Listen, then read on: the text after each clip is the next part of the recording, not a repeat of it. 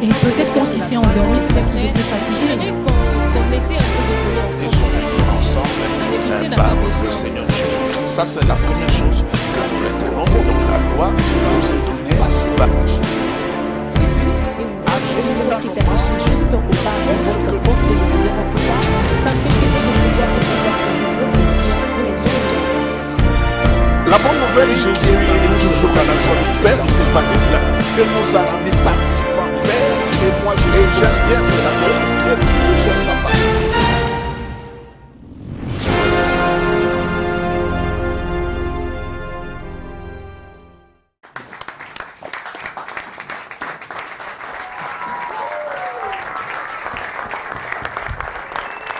Shalom. Reprenez vos places, mesdames et messieurs, chers frères et sœurs. De nouveau, nous sommes là dans notre émission QRG, questions-réponses sur la grâce. Tout ce que nous disons ici, c'est autour de la grâce. Et nous ne le répondons pas ailleurs, nous répondons cela dans la Bible, parce que la Bible contient toute la sagesse du Seigneur. Alors, comme d'habitude, comme je vous l'ai dit, c'est QRG, questions-réponses sur la grâce. Donc, il y aura une série de questions que les internautes nous ont posées et aussi beaucoup d'autres amis que nous rencontrons, que ce soit en route ou bien des gens qui connaissent que nous sommes porteurs de ces messages de la grâce. Donc, comme d'habitude, nous allons recevoir nos sœurs qui sont les personnes bien indiquées pour nous poser des questions. Donc nous recevons pour vous Aurélie Njila que nous pouvons accueillir avec plaisir et joie. Que Dieu bénisse. Et Laetitia Mbombo que nous recevons aussi avec joie et plaisir. Toujours fidèle au poste. Merci beaucoup. Et je suis là pour vous. Sinon, un grand merci, révérend Jean-Bosco Kindomba, pour ces privilèges que vous nous accordez tous les jours. Un grand merci aussi à Aurélie Gila, qui est toujours fidèle à son poste. En tout cas, je prends le mot du pasteur. Vous allez bien sinon? Je vais bien. Le privilège de Dieu est sur moi et donc ça va très bien. Ça me fait plaisir. Un grand merci à vous, fidèles téléspectateurs. Une fois de plus, bienvenue dans QRG, questions et réponses sur la grâce, le seul magazine qui vous permet d'en savoir plus en ce qui concerne bien évidemment le message de la grâce. Aujourd'hui, avec le révérend Jean-Bosco Kindomba, nous allons essayer, non pas essayer, nous allons échanger bien évidemment sur la grâce et les effets de la loi. Je me dis que c'est très important pour vous d'en savoir plus. Révérend Jean-Bosco Kindomba, un tout premier numéro en ce qui concerne les questions sur la grâce et les effets de la loi. Dites-moi, pasteur, qu'est-ce qu'il faudrait concrètement retenir sur la loi? Je tiens d'abord à rendre hommage et gloire au Seigneur, mais beaucoup de sympathie et d'amour à nos téléspectateurs qui prennent le temps de nous suivre et d'être édifiés au travers de notre magazine. Ce que nous pouvons retenir sur la loi, c'est beaucoup de choses. D'emblée, je peux avouer que c'est un sujet qu'on n'aborde pas trop. La loi, l'ancienne alliance et beaucoup d'autres choses. C'est ça qui fait qu'il y a beaucoup de confusion dans le milieu chrétien. Je crois qu'au travers de questions, de réponses, nous allons essayer d'éclairer la lanterne de beaucoup des enfants de Dieu. Mais qu'est-ce que nous pouvons retenir en gros sur la loi? Disons simplement que la loi dont nous parlons ici, il ne s'agit pas de la loi civique, la loi qui réglemente une société pour que l'équilibre social soit établi. Ici, nous parlons de la loi religieuse. Et cette loi religieuse, nous pouvons le situer dans la période où Moïse et les enfants d'Israël sont sortis de l'Égypte. Et lorsque 50 jours après, ils arrivent au mont de Sinaï, ils devaient rencontrer le Seigneur les a donné la loi. Donc c'est cette loi-là dont nous parlons, donc la loi que Dieu a donnée à son peuple au travers Moïse. C'est comme ça la Bible dit, la loi a été donnée à Moïse, la grâce est venue et la vérité sont venues ensemble par le Seigneur Jésus-Christ. Ça, c'est la première chose que nous retenons. Donc la loi nous est donnée par Moïse. Deuxième chose que nous pouvons retenir par rapport à la loi, nous devons savoir que la loi, Dieu l'a donnée pas pour que nous soyons sauvés par la loi, ni pour être justifié. Moi, je crois à la loi, mais l'usage que nous faisons de la loi aujourd'hui, je pense que cela a dérapé par rapport aux objectifs, aux buts pour lesquels Dieu a donné la loi à Moïse. Et quand Dieu a donné la loi à Moïse, ce n'est pas pour que les gens, je le répète, pour qu'ils ne soient pas justifiés au travers de la loi, ni être sauvés au travers de la loi. Donc je peux considérer la loi comme un miroir. Par exemple, lorsque quelqu'un est en train de se mirer, regarder devant le miroir, s'il a un bouton, s'il a quelque chose qui le dérange, ce n'est pas le miroir qui doit enlever ça. Le miroir lui donne simplement le reflet de son état, et c'est ce que la loi est venue faire. La loi est venue nous montrer comment nous sommes pécheurs, comment nous sommes mauvais, et que Dieu est très saint, que nous ne pouvons pas être ensemble avec lui. C'est comme cela que la loi doit être comprise. Donc les chrétiens ou les églises qui sont légalistes, qui prêchent la loi, qui réduisent la vie chrétienne sur une liste de choses qu'il faut faire, qu'il ne faut pas faire, ça c'est beaucoup plus dangereux. Nous verrons ça dans le corps de l'émission, que de gens qui s'engagent dans la loi tout en étant chrétiens, c'est quelque chose de beaucoup plus difficile pour eux. Alors, ce que j'aimerais bien, parce que je peux trop épiloguer autour de cela, la Bible même dit que Jésus-Christ est la fin de la loi. Donc, quand Jésus est venu, il a mis fin à la loi. Nous pouvons aussi, la Bible dit, Jésus n'est pas venu abolir la loi, parce que la loi ne doit pas être abolie, mais il est venu accomplir la loi. Même en disant cela, accomplir la loi, nous l'avons dit, il a accompli ça parce que c'est le seul.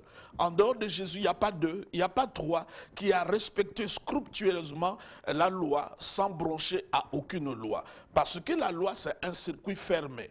La loi, c'est tout ou c'est rien. Donc, si tu désobéis à une seule loi, les 99, si tu as obéi à 99, et qu'une loi simplement sur laquelle tu as péché, la Bible dit, celui qui a dit ne volez pas, c'est aussi celui qui a dit que tu ne commettras pas l'adultère. Donc, Jésus est le seul qui a obéi à toute la loi. C'est comme ça qu'il pouvait se tenir devant le pharisien qui dit, qui d'entre vous peut me convaincre du péché? Donc, il n'y avait personne. Mais il a accompli ça aussi comment? En payant le prix. Il a accompli ça aussi de quelle manière? Parce que toutes les prophéties qui sont dans la loi, qui sont attachés par rapport à Christ, ont trouvé leur accomplissement lorsque Jésus-Christ est venu ici sur la terre. Donc Jésus-Christ, c'est la fin de la loi. Il est tout à fait mauvais à notre temps quand tu as reçu Jésus-Christ et que tu continues à être sous le joug de la loi, parce que la Bible dit, le chrétien, les enfants de Dieu ne sont pas sous la loi, mais ils sont sous la grâce. Mais il y a beaucoup de choses que nous pouvons dire au travers de la loi.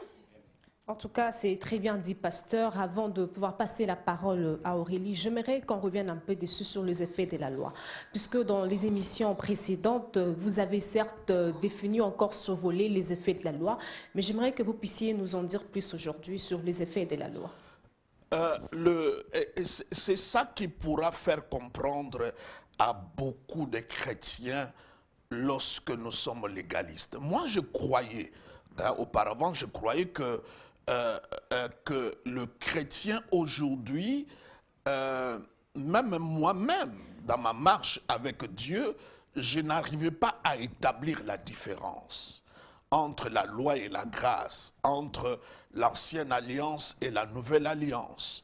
C'est comme ça que cela fait que parfois des choses qui ne me concernent pas, qui concernent ceux qui étaient sous la loi, je m'attribuais cela. Entre-temps, il y a une grande différence entre être sous la loi et être sous la grâce. Parce que la Bible dit, celui qui est sous la loi, le péché aura le pouvoir sur lui. Donc, la loi suscite le péché. Parce que s'il n'y a pas la loi, il n'aura pas la notion du péché. Je prends un exemple. Dieu a dit à Adam et Ève, le jour que vous mangerez le fruit, que vous mourrez. S'il n'y avait pas cette loi-là, on n'allait pas parler du péché. Donc la loi, c'est la loi qui suscite plutôt le péché. La loi aussi arrive à révéler notre état charnel. Par exemple, l'apôtre Paul le dit dans son épître aux Romains chapitre 7, je crois que nous allons venir sur cela, la loi aussi crée un mur de séparation entre nous et Dieu et entre le peuple qui sont des Juifs et ceux qui sont les non-Juifs, il y a une grande séparation. La loi aussi peut conduire à la condamnation, à la malédiction. La loi arrive aussi à donner la possibilité au diable de dominer la personne qui est sous la loi. Donc, les effets de la loi sont tout à fait néfastes et nous le voyons dans son épître, l'apôtre Paul, quand il parle aux Galates, avec quelle ferveur, avec quelle sévérité il parle aux Galates par rapport à eux qui étaient en train de marcher dans l'esprit et qui voulaient maintenant revenir sous le joug de la loi. L'apôtre Paul a dit qui vous a ensorcelé, qui vous a envoûté. Donc il y a lieu de comprendre que celui qui se met sous la coupe de la loi, il se met dans une situation beaucoup difficile. Mais laisse-moi illustrer cela par une histoire qui est dans la Bible. Un jeune homme est venu auprès de Jésus, on l'appelle jeune homme riche. Il a dit à Jésus quelque chose de très fort. Qu'est-ce que je dois faire? Donc l'accent est mis sur faire, ce que je dois faire, les œuvres que je dois accomplir pour avoir la vie éternelle ou pour avoir le royaume de Dieu.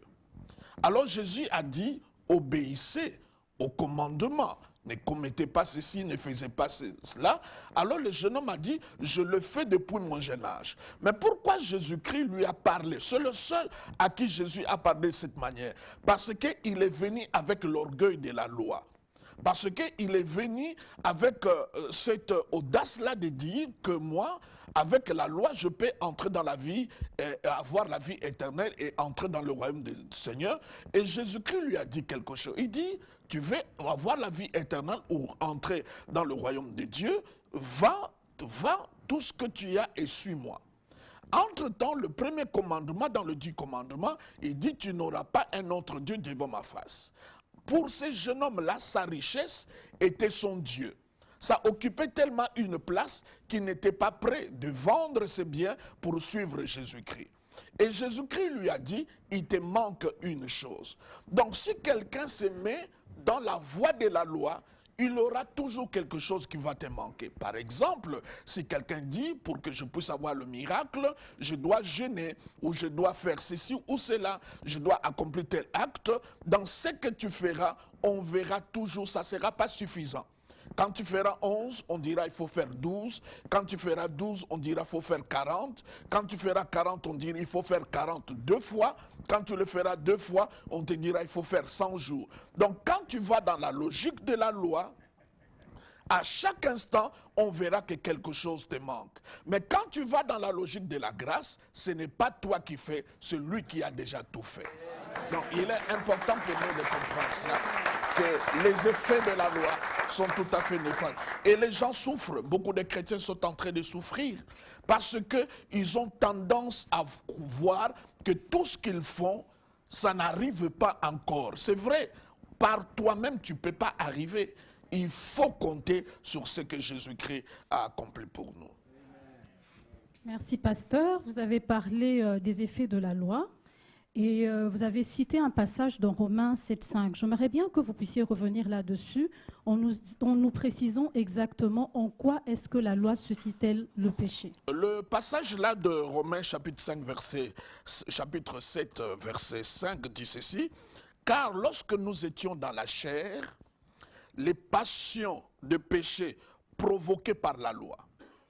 Car lorsque nous étions dans la chair, les passions de péché provoquées par la loi. C'est la loi qui provoque, n'est-ce pas, les passions du péché. Il dit, agissez dans nos membres de sorte que nous portions du fruit pour la mort. Alors, ça nous devons le comprendre que, je donne un exemple. Lorsque tu dis à quelqu'un, en sortant de la maison, ne tourne pas et ne regarde pas en arrière. C'est une loi. Mais si tu n'as pas établi la loi, la personne peut sortir sans avoir la tentation de regarder en arrière.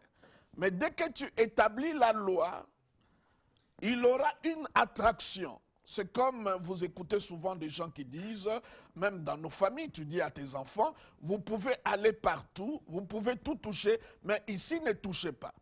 Dès que vous établissez la loi stimule le péché.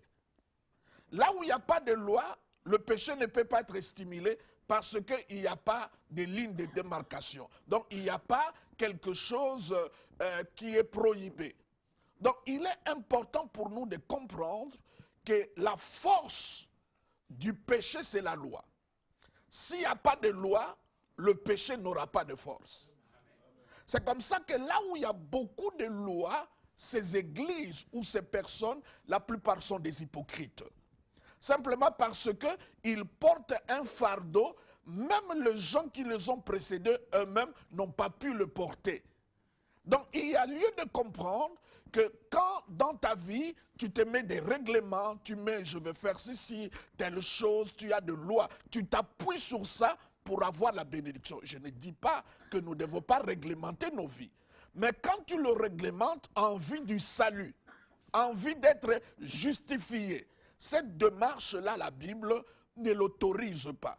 Et qu'est-ce qui va arriver? C'est comme Adam et Ève. Tous les arbres du jardin étaient là. Mais parce qu'on les a dit, cet arbre-là du connaissance du bien et du mal, ne mangez pas, c'est là où la tentation est arrivée. Donc c'est par la loi que le péché est suscité. Et l'apôtre Paul le dit ici, clairement, je vais même lire un autre passage, toujours dont l'apôtre Paul parle dans Romains. D'avant cela, je le demande aux téléspectateurs de bien lire. Écoutez ce qu'il dit. Romains chapitre 7, verset 9. Il dit, c'est à partir de la loi. Dès que la loi est là, la chair qui est en moi. Comment je peux l'expliquer? Je prends l'exemple. Tu as un téléviseur et tu as le télécommande. Si dans le téléviseur, tu n'as pas le dispositif qui est branché à la télécommande, tu peux appuyer, rien ne va montrer sur le téléviseur. Donc, en nous, nous avons la chair et la loi, c'est comme le télécommande. Ça veut dire, le télécommande et la chair, le dispositif qui est en nous, lorsqu'ils se marient, c'est ça qui crée le péché. Mais lorsqu'il n'y a pas de télécommande, ça ne peut pas être connecté à cela. Donc la chair semble être endormie. Je pourrais le dire autrement, le péché dort. Mais lorsqu'il y a la loi, le péché se réveille. C'est comme ça que nous pouvons le comprendre. Okay, merci, pasteur, c'est vraiment clair. Mais j'essaie de comprendre, pasteur. Je crois même que c'est l'exercice que fait nos téléspectateurs, c'est de comprendre comment est-ce que la loi conduit à la transgression. Le mot transgression, si nous pouvons bien le comprendre, c'est mettre une ligne. Par exemple, on dit, tu peux tout faire, mais ne dépassez pas cette ligne ici. Lorsque tu dépasses la ligne, c'est ce qu'on appelle transgression. Et la loi met des lignes, des barrières. Par exemple, lorsque Dieu descendait sur le mont de Sinaï, il y a eu les barrières. On dit au peuple, ne vous approchez pas de la montagne. Parce que la loi sépare. La loi n'était même pas en contact avec Dieu. La loi te sépare de Dieu. Mais lorsque tu dépasses le Rubicon, tu vas au-delà de cette ligne-là que la loi a placée. C'est ce qu'on appelle transgression. Mais admettons qu'il n'y a pas de ligne. Si tu passes, il n'y a pas de transgression. Parce qu'il n'y a pas de ligne. Je le vois avec la route. On dit, sur cette route, tu n'as qu'à avoir la vitesse, par exemple, 80 km par heure. Parce qu'il y a la loi de 80 km par heure. Dès que tu dépasses, tu vas à 85, on t'arrête parce qu'il y a la loi. Mais si par exemple, il n'y a pas ce panneau qui dit que la vitesse limite ici, c'est 80 km par heure, tu passes, il n'y a pas la notion du péché. Il n'y a pas de transgression parce qu'il n'y a aucune loi. Donc, dès que tu établis la loi te met des limites. Et dès que tu dépasses le Rubicon, tu vas au-delà de la ligne, c'est ce que nous considérons comme transgression. Et comme tu as transgressé, automatiquement tu tombes dans le péché. Et comme tu es tombé sur le péché, la colère de Dieu s'abat sur toi. Très bien dit, pasteur. J'aimerais tout de suite rappeler à nos téléspectateurs que c'est plus simple de pouvoir entrer en contact avec nous. Il suffit de nous écrire, de nous appeler ou au numéro qui est affiché juste au bas de votre poste téléviseur. En tout cas, ça me fait plaisir de pouvoir recevoir toujours vos questions, vos suggestions, puisque c'est tout autour de ça que cette émission essaie de pouvoir continuer. Je reviens à vous, pasteur. Tout à l'heure, vous avez expliqué et confirmé que le péché, la loi suscite le péché. Dites-moi, comment expliquez-vous que la loi renforce le péché? Oui, la loi ne suscite pas seulement le péché. Et tu sais, lorsque nous parlons de la loi, de la manière dont nous sommes en train de parler, même nos téléspectateurs vont se rendre compte que ce ne sont pas des enseignements qu'on a l'habitude d'écouter.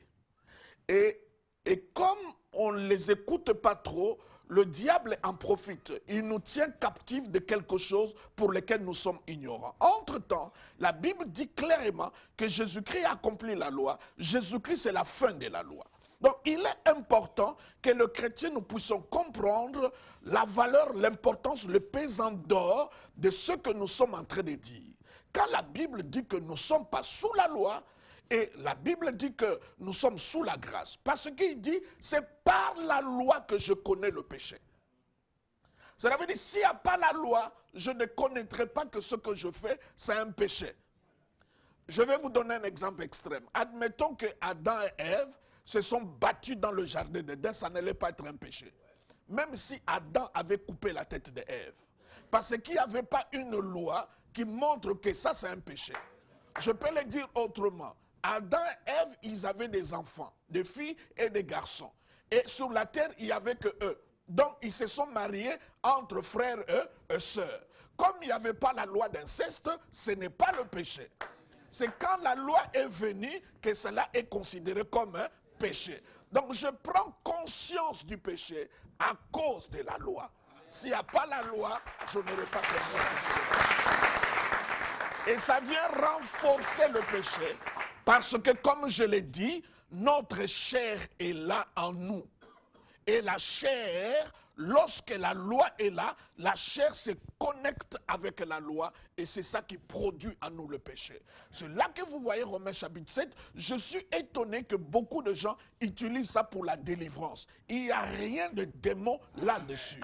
Il s'agit de le combat de quelqu'un qui était entre la chair et l'esprit et qui voulait s'en sortir par ses propres efforts. Il voulait être meilleur par lui-même. Mais il a vu qu'il y a une force qui était beaucoup plus supérieure à lui-même parce qu'il voulait plaire à Dieu par la loi. C'est comme ça dans ce passage, c'est plus de 33 fois le mot loi est utilisé. Et il est arrivé à la fin, il dit, misérable que je suis. Je me rends compte qu'en moi, il y a quelque chose qui est plus fort. J'ai la volonté, mais je n'ai pas le pouvoir. Et là, il a dit, grâce soit rendue à Jésus-Christ, qui m'a délivré de ce corps mortel. Il parlait de la chair. Donc la loi vient renforcer le péché, vient donner la force du péché, parce que c'est là qu'on peut parler de la culpabilité. N'est-ce pas? S'il n'y a pas de loi, on ne peut pas établir la culpabilité de quelqu'un. On dira ce qu'il a fait, c'est un acte tout à fait, on ne pourra même pas dire que c'est prohibé. Donc beaucoup de chrétiens qui ramènent le christianisme juste sur une liste de choses, de règlements, c'est beaucoup plus dangereux parce que nous les chrétiens, nous ne sommes plus sous la loi, nous sommes sous la grâce. Celui qui est sous la loi, il est sous le péché, il est sous la malédiction, il est sous les échecs, il est sous beaucoup de choses. Donc il y a une grande différence entre être sous la loi et être sous la grâce. Je rappelle à nos téléspectateurs qui c'est bien votre magazine Questions et Réponses sur la grâce. Aujourd'hui, nous avons, je voulais dire, vous avez les privilèges d'écouter ou encore d'en savoir plus en ce qui concerne bien évidemment la grâce et les effets de la loi. Nous échangeons autour de ça. Je reviens à vous, pasteur. J'aimerais, puisque vous êtes le mieux loti à pouvoir nous éclairer sur ces questions, j'aimerais savoir quelle relation établissez-vous entre la loi, les liens ainsi que les autels. Vous me posez une question qui fait couler beaucoup d'encre et de salive. Hein? Et si vous pouvez me donner le temps de mieux m'expliquer, le message autour des liens, des autels, n'a aucun fondement dans la Nouvelle Alliance. Ça doit être clair. Personne ne peut me le prouver que Jésus-Christ est ressuscité. Parce que le Christ que nous avons reçu, c'est le Christ ressuscité. La Bible dit, celui qui croit dans son cœur que Jésus-Christ est mort et que Dieu l'a ressuscité et qu'il le confesse de sa bouche, il est sauvé. Donc nous ne sommes pas chrétiens avant la croix. Nous sommes chrétiens après la croix. Donc personne ne pourra me le prouver dans la Bible, clairement, pas les expériences, pas il y avait telle personne, il y avait tel monsieur. Non, non, nous parlons les Écritures. Amen. Dans la Bible, dans la Nouvelle Alliance, personne ne peut nous convaincre qu'il y a un chrétien né de nouveau, enfant de Dieu, uni à Christ. Donc, comme la Bible dit, si quelqu'un s'attache à une prostituée, devient avec une seule chair. Mais celui qui s'attache à Jésus devient avec lui un seul esprit. Et la Bible dit tel qu'il est, tel que nous sommes. Pas tel qu'il était dans les évangiles, tel qu'il est assis à la droite du Père. La Bible dit tel que nous sommes sur cette terre. Donc, il n'y a aucun verset, je l'ai dit, c'est comme ça, la plupart des gens qui parlent sous les liens, sous les autels, ils fondent leurs enseignements dans l'ancienne alliance. Il n'y a pas de versets qui peuvent justifier cela dans la nouvelle alliance. Donc pour moi, les gens qui parlent de liens, les autels, ils sont sous la loi. Ils sont sous l'ancienne administration. Ils sont sous l'ancien régime. Ils sont dans un ancien contrat. Les choses ont changé. La Bible dit, lorsque les sacerdoces changent, la loi aussi change. Donc comme nous sommes dans un nouveau sacerdoce, la loi aussi qui nous régit a changé. Donc ce que nous devons comprendre, et je sais que les gens qui prêchent ça sont conscients, ils n'ont pas de versets. C'est comme ça que vous allez voir, la plupart du temps, ils sont que dans les expériences. Mais je vous dis ceci. Si une expérience contredit la parole, ce n'est pas la parole qu'il faut toucher. Il faut donner une explication à l'expérience. Mais la parole est nette et claire, on ne peut pas le toucher. Si quelqu'un est en Christ, c'est une nouvelle créature. Les choses anciennes sont passées, voici toutes choses sont devenues nouvelles. Il n'y a pas d'esprit de poursuite, il n'y a pas de lien. Ne me parlez pas du premier Adam. En Jésus-Christ, je suis dans le second Adam. Donc je commence autre chose. Alors, quelqu'un me dira, ce n'est pas les autels de famille, ce sont les autels que le diable a établis. La Bible dit, résistez-les avec une foi ferme. Qu'est-ce qu'il fera? Il fuira. Il dit, chassez-le, détruisez-le. Parce que celui qui est en vous est plus fort que celui qui est dans le monde. La Bible dit, nous sommes ressuscités avec lui. Nous sommes ensemble avec lui dans le lieu élevé. Et les dominations, les autorités sont sous ses pieds. Et nous sommes son corps. Le corps qui est l'Église. Donc il est important de comprendre que mes amis qui prêchent les liens, les autels et beaucoup de choses là, ils sont que dans l'ancienne alliance. Je ne dis pas que les expériences que les gens vivent sont fausses. Non, je crois que les gens sont délivrés. Je crois qu'ils vivent de miracles. Mais ne disons pas que ces gens-là étaient des enfants de Dieu. Non, un enfant de Dieu n'a pas de lien. Un enfant de Dieu n'a pas question d'autel parce qu'il y a autre chose qui s'est passé en lui. Il y a autre chose qui s'est passé. La Bible même appelle celui qui devient chrétien, il est né de nouveau. Et quand Jésus parle à Nicodème, il dit le vent souffle. Il dit celui qui est né de nouveau est comme le vent. Est-ce qu'on peut lier le vent? Non, on ne peut pas lier le vent.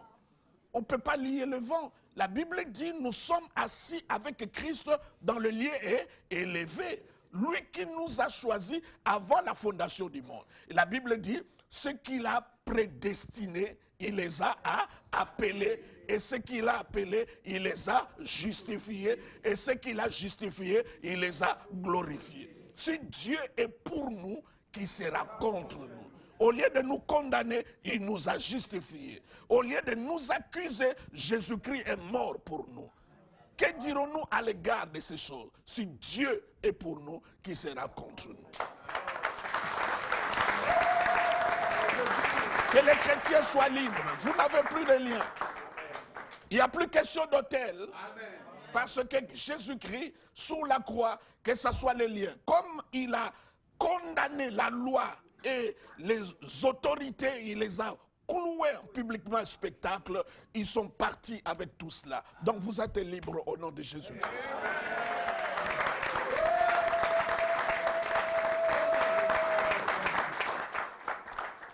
Merci, pasteur. Merci, c'est vraiment très fort ce que vous dites. Et j'aimerais quand même encore revenir sur la loi. Vous avez dit que la loi renforce le péché, mais on aimerait savoir, est-ce que cette même loi aussi profite-t-elle au diable? Oui, la loi profite au diable. Ce n'est pas que Dieu a mis la loi entre les mains du diable. La loi saisit l'occasion et connaissant que nous sommes charnels. Je dirais simplement ceci. Écoute ce que la Bible dit aux Colossiens. J'aime bien le passage. La Bible dit, Jésus-Christ sur la croix, qu'est-ce que les actes et les ordonnances qui nous condamnaient.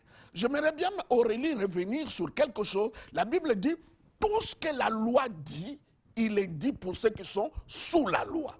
Pas pour nous. Tout ce que la loi dit. Ça veut dire, si Dieu compte l'iniquité des parents jusqu'aux enfants, ça c'est sous la loi. Parce que sous la grâce, il ne s'agit plus de cela. Il dit, je le pardonnerai et je ne me souviendrai plus de leurs péchés. Donc là, nous sommes dans un nouveau contrat. Donc il y a lieu de comprendre que quand le diable profite du péché et le péché profite de la loi. Et qu'est-ce que Christ a fait? Au lieu de crucifier le péché, au lieu de clouer le péché, il a cloué les lois qui nous condamnaient. Il a paralysé la force du péché. Et qu'est-ce qu'il a fait? Il a dépouillé le diable. Cela veut dire pour un chrétien, même quand Dieu te donne les armes spirituelles, c'est pour combattre un ennemi qui a déjà été dépouillé. C'est comme ça la Bible appelle ça un bon combat. Les gens qui parlent du combat spirituel, ils ne pourront pas vous convaincre en quoi cela est bon. Cela est bon parce que nous combattons un ennemi déjà vaincu. Et Jésus-Christ ne l'a pas vaincu pour lui, il l'a vaincu pour nous. C'est comme ça la Bible nous appelle plus que vainqueurs. Donc il y a lieu de comprendre, lorsque tu restaures la loi, tu réarmes le diable qui a été dépouillé. Et comme cela, vous voyez toutes ces choses-là, les liens, les envoûtements et toutes ces choses, tous ces tralala, parce que tu as restauré la loi et le diable profite par la loi pour être réarmé afin de vous attaquer. Merci, pasteur. Est-ce que vous pouviez quand même nous expliquer comment est-ce qu'on arrive à restaurer la loi? Oui, on restaure la loi par la croyance. Quand quelqu'un croit que ses problèmes, ses difficultés, c'est dit parce qu'il a commis un péché dans le passé que Dieu n'a pas pardonné, ça c'est très grave. La Bible dit quand Dieu pardonne, il oublie. Ça ne veut pas dire que Dieu a une mémoire déficient. Ça ne veut pas dire que Dieu oublie comme ça, c'est l'amnésie, il ne sait plus. Non, non, ce péché-là n'a plus d'aiguillon. Est-ce que vous comprenez? La Bible dit quand il nous pardonne, il met nos péchés derrière son dos. Qui peut calculer la distance du dos de Dieu? La Bible dit il jette ça dans les profondeurs de l'océan. Donc comprenons que quand Dieu a pardonné, il a complètement pardonné. Mais quand tu vas dans une église, on te convainc que tu n'as pas été assez pardonné. C'est là le problème. Nous sommes pardonnés. Les gens disent, ah, parce que Jean Bosco, quand tu dis ça, c'est comme tu pousses les gens au péché. Non, non, moi je ne prêche pas le péché. Moi je prêche Jésus-Christ et je prêche que Jésus pardonne tout péché. C'est comme ça la Bible dit, là où le péché abonde, la grâce surabonde. Donc il y a lieu de comprendre, tu restaures cela par la croyance. Tu crois que ces choses-là ont de l'effet sur toi. C'est comme ça je dirais aux chrétiens. Il ne faut pas dire, parce que telle chose est arrivée à tel frère, que cela est vrai pour tout le monde. Nous ne croyons pas tous à la même chose. Nous croyons au même Dieu, mais nous ne croyons pas la même chose sur le même Dieu. Amen. Il y a lieu aussi de comprendre que nous ne confessons pas la même chose. La Bible dit, la mort et la vie sont au pouvoir de la langue. L'homme est lié par ses propres paroles. Comme toi tu crois que tu es lié, tu donnes le pouvoir à l'ennemi. Et il va te lier. Comme moi, je ne crois pas que je ne suis pas lié. Je ne le suis pas. Même les pasteurs qui prêchent ces choses-là, vous seront sincères qu'eux-mêmes n'ont pas passé par la délivrance. Parce que tu ne peux pas me dire que tu es médecin, quand tu tombes malade, qu'on doit fabriquer des médicaments spécifiques simplement. pour le médecin. Le médecin donne le même médicament et c'est le même médicament qu'on utilise pour soigner le médecin. Ça veut dire quand tu es pasteur, tu crois que c'est par la délivrance que tu vas t'en sortir, toi-même tu dois passer par la délivrance. Entre ça, ce n'est pas ça. Si c'est ça le cas, avant Jésus, je suis envoûté. Après Jésus, je continue à être envoûté. Mais pourquoi je suis chrétien? Mais pourquoi il est mort sous la croix? Pourquoi il est ressuscité? Vous croyez que tout ce que Dieu a investi en termes de l'incarnation, Dieu est devenu un homme? En termes de son séjour ici sur la terre, 33 ans, il est allé à la croix, 3 jours, 3 nuits, dans le fin fond de l'enfer, ressuscité, 40 jours ici sur la terre, et il va au ciel pour toujours. Le Père a dit, mon garçon, viens, assois-toi à ma droite, et tout ce qu'il a investi là, toi tu crois en lui, et tu continues à être envoûté. Comment on peut croire à ça? Est-ce qu'on est sérieux? Est-ce que nous parlons de Jésus ou de quelqu'un d'autre? Nous parlons de qui? Quand il a dit tout est accompli, ça veut dire tout est accompli. Il n'y a plus rien à faire. Il y a lieu que nous croyions à ce que lui, il a fait. Il est sorti du tombeau, il a dit tout pouvoir m'a été donné. Dans le ciel et sur la terre. Et il dit allez, allez prêcher l'évangile, allez vous marier, allez avoir des enfants, allez voyager. Faites tout ça sur la base que tout pouvoir m'a été donné. M'a été donné. Dieu m'a été donné. Vraiment, pasteur, je crois que les téléspectateurs sont très bien nourris au travers de toutes ces révélations. Vous êtes d'accord avec moi que la loi vient de Dieu, pasteur? Oui, la loi vient, la loi elle est bonne, la loi est sainte, mais la loi ne sanctifie pas, la loi ne rend pas parfait, mais elle est parfaite. Et ça vient de Dieu. Ma question, je vais avancer, mais pourquoi amène-t-elle la malédiction, la colère, alors qu'elle vient de Dieu? Parce que celui qui n'obéit pas à toute la loi tombe sous la malédiction. Parce que la loi, il ne faut pas obéir une partie. Il faut obéir à toute la loi. Vous savez, les gens qui prétendent que nous c'est comme ça, nous sommes rigoureux, ils mentent. C'est pas vrai. Excusez-moi, je ne le traite pas de menteur, mais je crois que le diable leur mente. Que tu peux t'en sortir par toi-même. C'est comme ça, vous verrez que beaucoup de gens sont découragés aujourd'hui. Vous les voyez aussi dans les églises. Les gens qui ont fait longtemps à l'église, ils ont de la peine de bénéficier de la grâce de Dieu. Parce qu'il y a des mérites, il y a des choses qu'ils ont fait, il y a telle chose. Mais quelqu'un qui vient à peine au Seigneur, son cœur est ouvert, boum, celui qui est béni, celui qui a la grâce du Seigneur, parce qu'il est ouvert à tout ce que Dieu fait. Donc il y a lieu de comprendre que si tu n'obéis pas à toute la loi, la Bible dit que tu es sous la malédiction. C'est comme ça, quand Jésus est venu, en accomplissant la loi, il nous a délivrés de toutes les malédictions attachées à la loi. En tout cas, c'est très bien dit, pasteur. Vous dites des choses vraiment pas intéressantes. Mais c'est vrai que nous ne sommes pas suivis à Kinshasa et il n'y a pas que l'église du sang précieux qui suit cette émission. Mais j'aimerais peut-être que vous répondriez à la préoccupation d'un téléspectateur que nous suivons en ce moment si précis. Pasteur, c'est vrai que au moment où nous parlons, il y a certes des chrétiens qui vivent encore sous ces effets de la loi. Comment, de quelle manière pourrez-vous répondre et donner de remèdes à cette personne? Jésus-Christ a dit quelque chose de très fort. Il a dit, on ne peut pas mettre du vin nouveau dans le vieil outre. Le contexte dans lequel Jésus parlait, le vieil outre, c'est la loi. Et le vin nouveau, c'est la grâce. Et vous allez comprendre que vous allez comprendre que Jésus-Christ, quand il est venu, il a fait beaucoup de miracles. Mais nulle part tu verras un pharisien bénéficier d'un miracle. Mais entre-temps, les pharisiens, ce n'étaient pas des voleurs.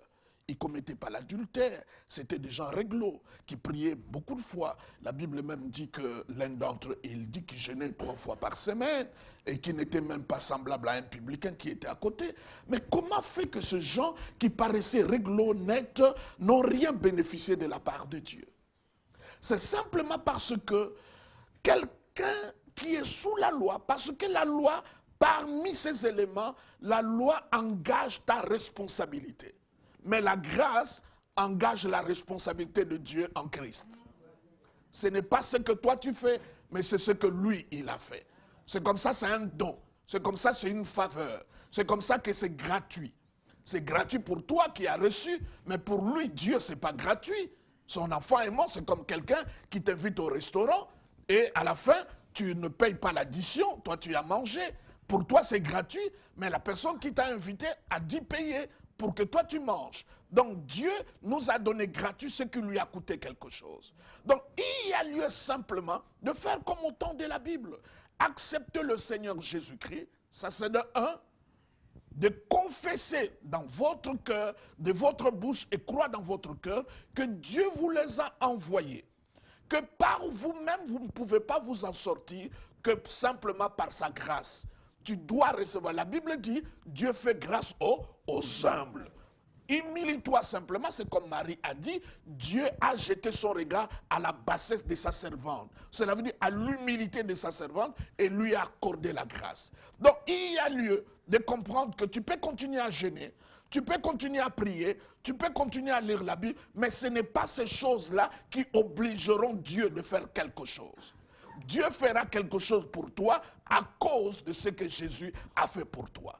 Donc ce que toi tu dois faire, c'est d'accepter l'œuvre que Christ a accomplie pour toi, d'accepter le sang versé pour toi, d'accepter que ce que Jésus a fait, c'est parfait, c'est complète, c'est total et c'est achevé. Et tu te reposes en lui. La Bible dit, venez, entrez dans le repos du Seigneur. Les chrétiens ne sont plus dans le repos. Comment tu peux expliquer un chrétien qui voit juste un cafard passer et il est là alerté, il commence à le chasser, il commence à appeler des bombes spirituelles, tout cela. Mais non, les gens rentrent à la maison, ils n'ont plus la peur, ils soupçonnent, moindre bruit, il n'est plus en paix. Entre-temps, la Bible dit ce que nous recevons, c'est la bonne nouvelle. Pour que la bonne nouvelle soit bonne, elle doit être bonne. Et cette bonne nouvelle, Jésus-Christ est mort, il est ressuscité pour toi et il est assis à la droite du Père. En tout cas, parce que notre tendance, nous voulons toujours nous mériter quelque chose. C'est comme ça, vous verrez que les gens qui reçoivent les choses à cause de leur jeûne, parce qu'il est à la Manguenguegue, il est sous la montagne, il a fait ceci. Quand il reçoit ça, tu ne vois pas l'humilité, il y a plutôt l'arrogance. Parce qu'il n'a pas reçu ça gratuitement. Celui qui reçoit gratuitement, il n'y a pas raison de s'en glorifier. La Bible dit, celui qui cherche à être sauvé par les œuvres, il est séparé du Christ. Il n'y a pas autre chose. Il dit, celui qui cherche à être bien à Dieu par rapport à la loi, il rend la mort du Christ vain. Ce n'est même pas le péché. C'est comme ça les pharisiens, eux, ils ont rendu l'œuvre du Christ inutile parce qu'ils n'ont pas accepté ce que lui, il a fait. Et oui, fidèles tous les spectateurs, révérend Jean Bosco Kindomba, c'est vrai qu'aujourd'hui nous avons eu l'échange en ce qui concerne bien évidemment la grâce et les effets de la loi. En somme, que peut retenir le peuple de Dieu qui est en train de nous suivre en ces moments? Il y a lieu de comprendre que, je l'ai dit et je le répète encore, qu'il y a une grande différence entre le temps de la loi et le temps de la grâce. Jésus-Christ, c'est celui qui a inauguré le temps de la grâce. Donc, le temps que nous vivons maintenant, nous ne sommes plus sous la loi. Mais est-ce que je dis que nous ne devons pas lire la loi? Non, non. La loi nous a menés à Christ. La loi, c'est comme tu prends un taxi. Mais la destination, ce n'est pas le taxi. La loi, c'est comme le taxi, c'est comme le bus, c'est comme la voiture. Personne ne peut prendre sa voiture ou le taxi et commence à sillonner la ville 24 heures sur 24. Non, non, tu vas te fatiguer. Quand tu es sous la loi, il faut arriver à la destination. Et la destination, c'est Jésus-Christ.